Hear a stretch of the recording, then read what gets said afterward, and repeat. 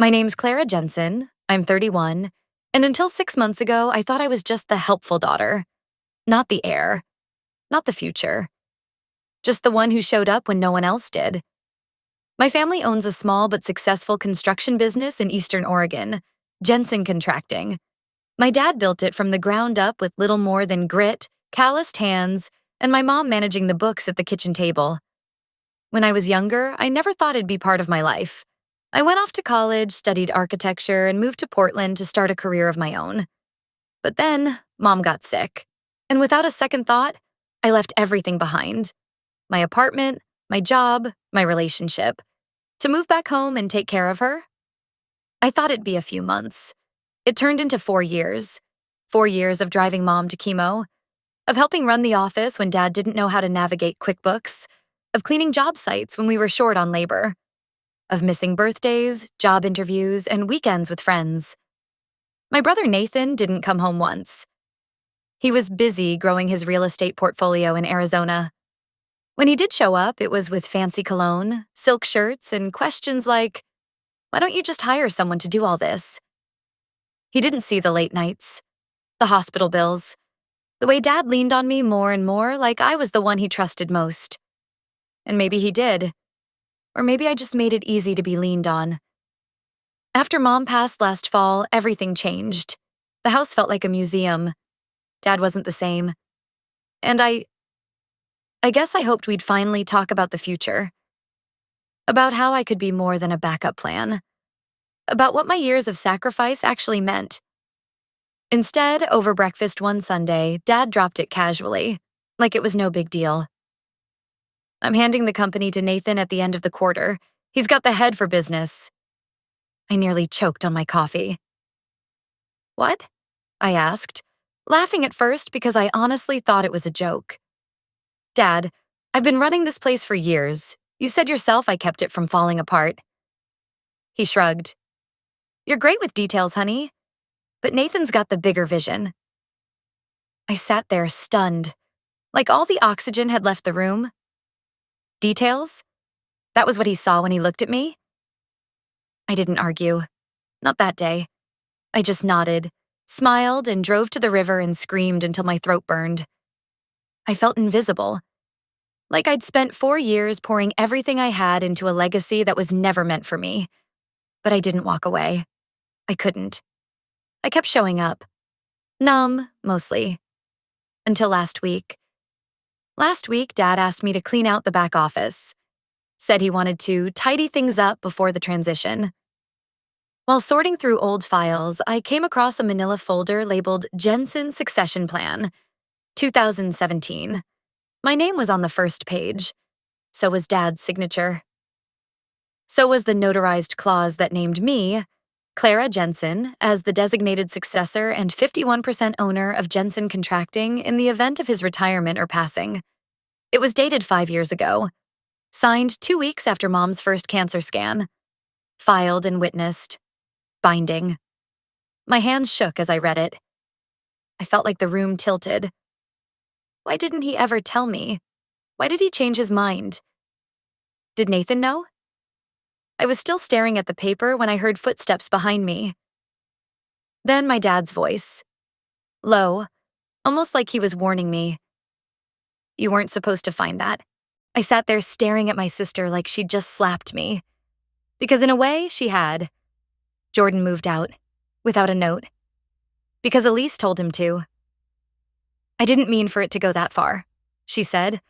Like that made it better. We were sitting in her stupid sunroom, where everything was white and fake and spotless. Even the air smelled like curated peace. Lemon and lies. "Elise?" I said, my voice trembling. "You told my husband I didn't want to see him. While I was in recovery. You lied." She blinked. "I told him you needed space. That you were fragile. That bringing him around would only stress you out. I thought I was protecting you. Number you were protecting yourself. And Mom." I could barely breathe. The room felt like it was closing in. "He waited outside the hospital for 3 hours, Elise," I whispered. "He slept in his car. He called the front desk and you blocked him from being listed. He thought I didn't want him. She looked away. You stole those first 3 days from me, I said, the heat rising to my face. And when I woke up and realized he wasn't there, I thought he abandoned me. I blamed him. You were emotional, she said flatly, like it was a diagnosis. We were trying to manage the situation. Manage me, you mean? I stood up. I couldn't sit in that curated hellscape a second longer. I was shaking. Where is he now? Elise crossed her arms. Gone. He moved out of state, changed his number. I don't remember getting to the door, just the taste of metal in my mouth and the cold slam behind me. Back home, I ripped through old boxes until I found what I was looking for. Our wedding album. I hadn't opened it in a year. The first photo stopped me cold. Jordan on the beach, grinning like an idiot, a mouthful of cake and a ring on his finger. His eyes were squinting from the sun and laughter. I touched the page like it might give me answers. I needed to know the truth. I needed to know if he left, or if they pushed him. That night, I called everyone we knew. Old coworkers, mutual friends. Most didn't know anything. A few had heard he'd taken a job out west, but no one knew where. No one had heard from him directly. It wasn't until I checked an old shared cloud drive that I found it. A folder I didn't recognize. Labeled simply, I waited. Inside, there were screenshots of texts Jordan had sent to Elise. Voicemails, a full call log. Dozens of attempts to reach me. And a note, one file, written the day after my surgery. Rachel, I don't know what's happening. I waited. I came. I tried. I don't believe you'd shut me out like this, but your sister says you want space. I'm scared she's lying, but I also don't want to hurt you more by forcing myself into a place I'm not welcome. I'll wait a little longer. But if you want me, please call. Jay. I read that message about 20 times, sobbing so hard I nearly dropped the laptop. He hadn't left. They pushed him away. And God, I had let them. I had let myself believe he didn't love me, when really they just made sure his love couldn't reach me. And as if the universe wanted to twist the knife one last time, that's when I saw it. A second file. A short video. It was Jordan, sitting in his car, parked outside the hospital. He looked exhausted.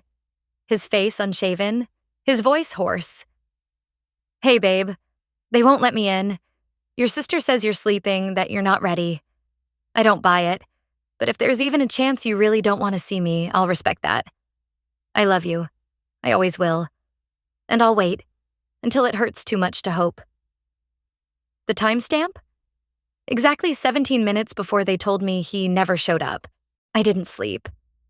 I just sat there with the glow of Jordan's face frozen on my screen, paused in the middle of I love you. That video wrecked me, because it was the final proof that I hadn't imagined it all. He was there. He tried. And they lied. Again and again. I couldn't stop thinking. What else did they lie about? By morning, my hands were shaking from too much coffee and too little sleep, but I drove straight to my parents' house anyway. I didn't call. I didn't warn them. I needed answers, and I wanted to see the look on their faces when I asked. Mom opened the door in her silk robe, looking like she hadn't aged a day since my senior year. Rachel, she said, voice clipped. Is everything okay? Oh, everything's perfect. I smiled. I just came by to ask why you made my husband think I didn't love him. Her face twitched, just for a second. I don't know what you're talking about. Don't, I said sharply. I have the messages, the call logs, the video, Mom. That did it. Her expression cracked like glass. I was protecting you, she said. You were vulnerable. You didn't see how much he was holding you back. Holding me back? I repeated. He loved me. She stepped aside, arms folded. You were a wreck. You had just come out of surgery. He didn't even have a plan. No savings, no real direction. He had a job, I snapped. A purpose, and he never used me for anything. Well, she said with that awful fake concern voice. You don't always see clearly when you're in the middle of something, honey. I felt my hands balling into fists. You decided he wasn't good enough. And then you rewrote reality to make me agree. She didn't answer. And that silence? That was worse than yelling. That silence told me everything. I turned to leave, but as I did, something caught my eye. An envelope on the entry table with my name on it. The handwriting stopped me cold. It was Jordan's. I snatched it up before she could move. You told me he never left a note. I didn't think you needed it, she said quickly. I stared at her. You went through my mail. Her silence said yes. I opened it right there, hands trembling. Rachel, I wish I understood. I waited, but your family says you're done. That you're moving on. And as much as I want to believe that's a lie, I can't force my way back into your life. Maybe one day you'll reach out. But if not, please know I never stopped loving you. Jay. I couldn't breathe. She hid this. On purpose. And suddenly, everything clicked. The missing phone. The messages that never came. She hadn't just isolated me. She erased him. I didn't scream. I didn't cry. I just walked out. Because if I stayed another second in that house, I would say something I couldn't take back. That night, I went looking for Jordan online again. I tried everything. Variations of his name, his old work history, even mutual friends from college. And then I found it. A wedding website. His. He got married 3 months ago to someone named Avery. They met in a grief counseling group. I stared at that line for what felt like hours. Not just because he'd moved on, but because he thought I was dead. I scrolled down. There it was, in plain black and white. Jordan found love again after losing his wife Rachel in a tragic medical complication during surgery. My heart stopped. They didn't just push him away. They told him I died. I don't even know how to end this part of the story. I want to say something wise or brave or maybe even hopeful. But honestly, I'm still in shock. Have you ever had someone rewrite your life without your consent? Have you ever woken up and realized your truth was treated like a mistake they could delete? If you've ever had your voice taken from you, by family, by someone you trusted, just know you're not alone. And you're not crazy for grieving something no one else even knew was missing. Because I'm still grieving too. I didn't explode. Not right away. After I found that fake obituary, the one where my own family claimed I'd died on the operating table, I sat on the floor of my apartment for a long time. Just breathing. Just not screaming. Because that's what they wanted, right? For me to unravel. To stay quiet. To stay small. But I wasn't small anymore. And I wasn't broken. I was done playing their game. I started with documentation. Dates, screenshots, copies of every message Jordan tried to send. Every voicemail Elise ignored. That court order clearing my name? I made certified copies. Highlighted the line that said I was alive, not missing, not estranged, not dead. Then I called a friend from college who now worked in publishing. She'd once told me over cheap wine, "When you're ready to write something that matters, call me." So I did. Not to sell my story. Not yet. Just to own it. I don't want to pay out, I told her. I just want to speak. In my own words. She didn't hesitate. Send me everything. Let's make it real.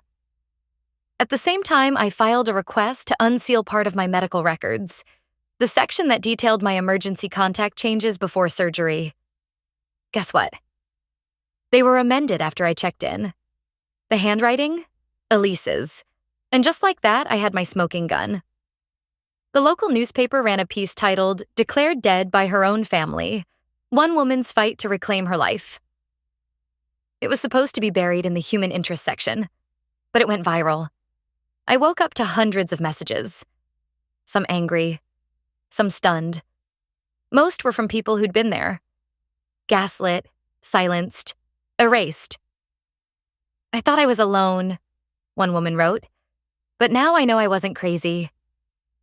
Neither was I. Then the calls started.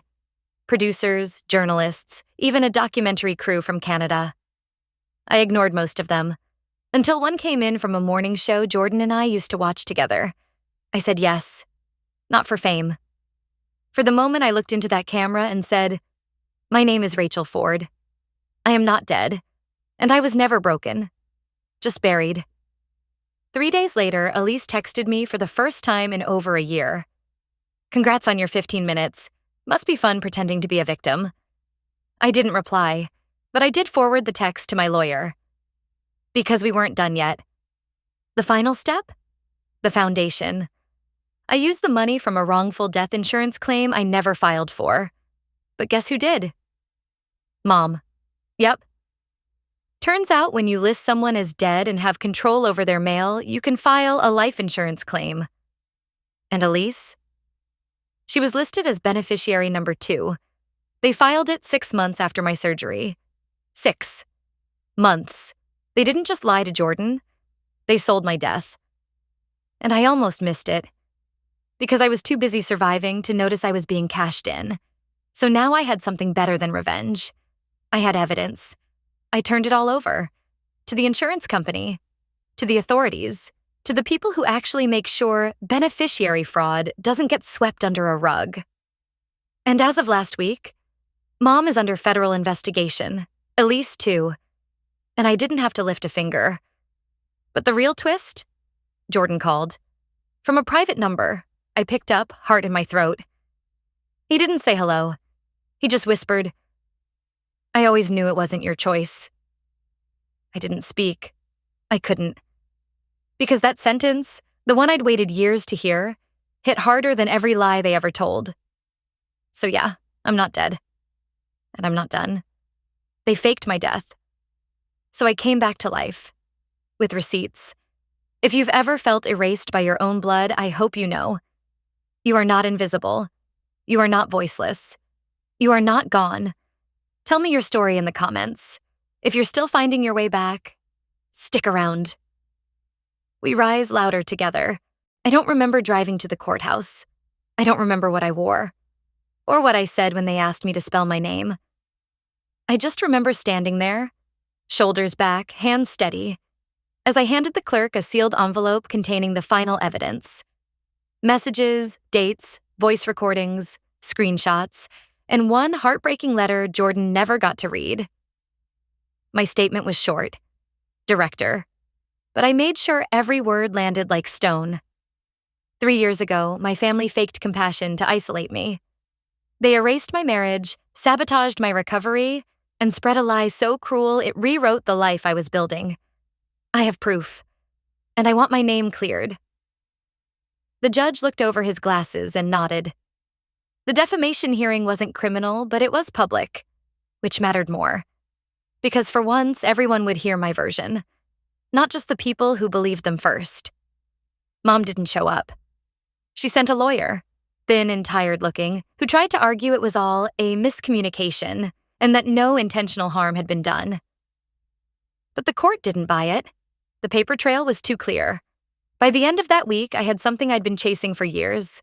An official correction, a signed statement reversing the obituary, clearing the record, and legally acknowledging that I had been misrepresented by my own family. It doesn't sound like much, but when your entire life's been edited without your permission, even a single line of truth feels like a whole damn book. I mailed a copy of the court order to Jordan's new address. I didn't include a note. I didn't ask for anything. He was married now. Happy, I hoped. I wasn't looking to pull him back into my orbit. I just needed him to know that everything he believed wasn't real. That I had loved him. That I never left. And that the woman he thought died? She lived. And she fought her way back. Last week, I got a letter. It wasn't from Jordan. It was from Avery, his wife. Just 3 lines, handwritten on thick cream paper. I believe you. Thank you for giving him closure. He cried when he read it. He still talks about you sometimes. Not with anger, with peace. I hope you have that too now. I cried for a long time after that. Not from regret, but from relief. Because for the first time since waking up alone in that hospital room, I felt like I'd been heard. And more than that, I'd been understood. Mom hasn't spoken to me since the hearing. Neither has Elise. That used to hurt more than I could admit. But these days, I've made peace with silence. Because some bridges aren't meant to burn. Some are meant to collapse under the weight of their own lies. I spent years mourning the loss of a life that never left me, only got stolen. But today, I buried the lie they told. And I walked away with something stronger than forgiveness. I walked away with my voice. The lesson I learned? Reputation means nothing if it's built on manipulation and deceit. In the end, truth doesn't need to shout. It just has to outlast the lie. If someone has ever twisted your truth into something you didn't recognize, I want you to know. You're not crazy. You're not weak. And you are definitely not alone. Tell me your story in the comments. I truly read everyone. And if you're still on the journey to reclaim your voice, stay. There are still so many honest stories that need to be told.